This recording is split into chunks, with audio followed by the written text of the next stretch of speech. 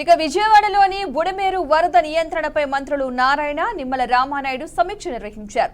భవిష్యత్తులో విజయవాడకు వరద సమస్య లేకుండా తీసుకోవాల్సిన జాగ్రత్తలపై చర్చించారు. బుడమేరు కృష్ణానదికి ఒకే వరద వస్తే ఏం చేయాలి అనే దానిపై ప్రధానంగా చర్చలు జరిపారు. వైసీపీ ప్రభుత్వ నిర్లక్ష్యమే బుడమేరు ముంపునకు కారణమని మంత్రి నిమ్మల విమర్శించారు. వరద నియంత్రణపై సీఎంకు సమగ్ర నివేదిక సమర్పించేలా అధికారులతో సమీక్షించామని నిమ్మల రామానాయుడు అన్నారు. వరదల వల్ల విజయవాడలో 34 వార్డుల్లో 5 లక్షల మంది 4 రోజులు నీళ్లలోనే ఉన్నారని మంత్రి నారాయణ తెలిపారు. ప్రజల అవసరాలకు రోజుకు 20 నుండి 30 లక్షల వాటర్ బాటిళ్లు పంపిణీ చేశామని తెలియజేశారు. గతంలో బుడమేరు టెండర్లను వైసీపీ రద్దు చేయడం వల్లే విజయవాడకు ఈ దుస్థితి వచ్చిందని నారాయణ ఆరోపించారు. ఈ నెల 18న మరోసారి సమావేశం నిర్వహిస్తామని వెల్లడించారు. ఈ నెలాఖరులోగా సీఎం చంద్రబాబుకు నివేదిక సమర్పించి ఆ తర్వాత కేంద్రానికి పంపిస్తామని నిమ్మల స్పష్టం చేశారు. ఇక ఇదే అంశానికి సంబంధించిన పూర్తి సమాచారాన్ని మా ప్రతినిధి శాంబశివరావు అందిస్తారు. శాంబశివరావు, ముఖ్యంగా చూసుకోవచ్చు, భవిష్యత్తులో బుడమేరు ఎటువంటి వరద ముప్పు ఉండకుండా చూడాలంటే దానిపై ఒక సమీక్ష కూడా నిర్వహించారు మంత్రి నారాయణ, అదేవిధంగా నిమ్మల రామానాయుడు. అయితే పూర్తి స్థాయిలో కూడా గతంలో చూడొచ్చు, ఎందుకంటే విజయవాడకి వరద ముప్పు ఏ విధంగా ఉందో అందరికీ తెలిసిన విషయమే.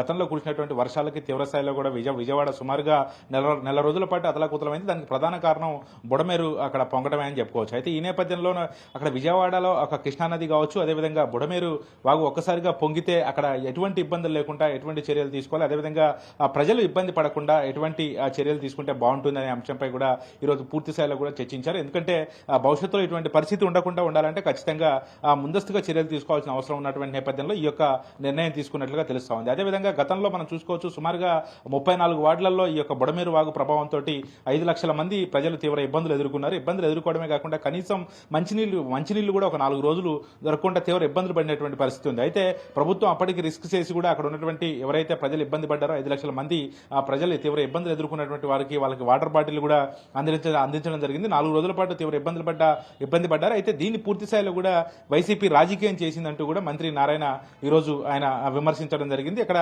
సుమారుగా ప్రజలు ఎవరు నీళ్లు లేక ఇబ్బంది పడుతుంటే ప్రభుత్వం వాటర్ బాటిల్ అందిస్తే సుమారుగా కొన్ని లక్షల పైగా వాటర్ బాటిల్ 4 రోజుల పాటు అందించడం జరిగింది. ఎందుకంటే వాళ్ళంతా కూడా వరద నీటిలో ఉన్నారు. వరద నీటిలో ఉన్నటువంటి నేపథ్యంలో వాళ్ళకి మంచినీళ్లు కూడా అందిస్తే దాన్ని రాజకీయం చేశారు. ఈ రోజు బుడమేరులో ఇటు వరద రావడానికి ప్రధాన కారణం కూడా ఆ రోజు ఉన్నటువంటి వైసీపీ ప్రభుత్వం. ఎందుకంటే ఆ బుడమేరుకి టెండర్లు గత ప్రభుత్వం టీడీపీ ప్రభుత్వం ఉన్నప్పుడు పిలిచినప్పటికీ దాన్ని వైసీపీ ప్రభుత్వం అధికారంలోకి వచ్చాక దాన్ని క్యాన్సిల్ చేయడం జరిగింది. ఈ నేపథ్యంలోనే ఈ యొక్క ప్రభావం అంతా కూడా చోటు చేసుకుందని కూడా చెప్పడం జరిగింది.